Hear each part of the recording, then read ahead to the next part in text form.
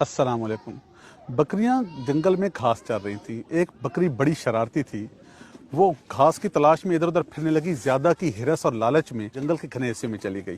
प्यास लगी, एक जगह पानी नजर आया, छलांग लगाई। वो दलदल निकली, डूबने लग पड़ी। लालच ने उसे मरवा दिया। जैसी पाँव चलाए तो और फंस गई। थोड़ी देर के बाद वहां एक भेड़िया आ गया। भेड़िए ने शिकार और पानी को एक जगह देखा, छलांग लगा दी। लालच और हिरस की वजह से वो भी डूब गया। पाँव वो भी चलाने लगा और फंसने लगा। बकरी ने उसे देखा तो हंसने लग पड़ी। भेड़िए ने कहा, क्यों हंसती हो? बकरी ने कहा, तुम डूब जाओगे, मर जाओगे। भेड़िया बोला, तुम भी तो डूब रही हो। बकरी ने कहा, तुम्हारी गलत फहमी है। मेरा मालिक है, मेरी रस्सी किसी के हाथ में है।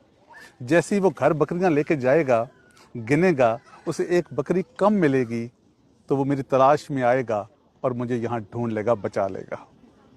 तुम्हारी रस्सी किसी के हाथ में नहीं है, तुम्हारा किसी से ताल्लुक, कनेक्शन नहीं है, तुम्हें कौन बचाएगा?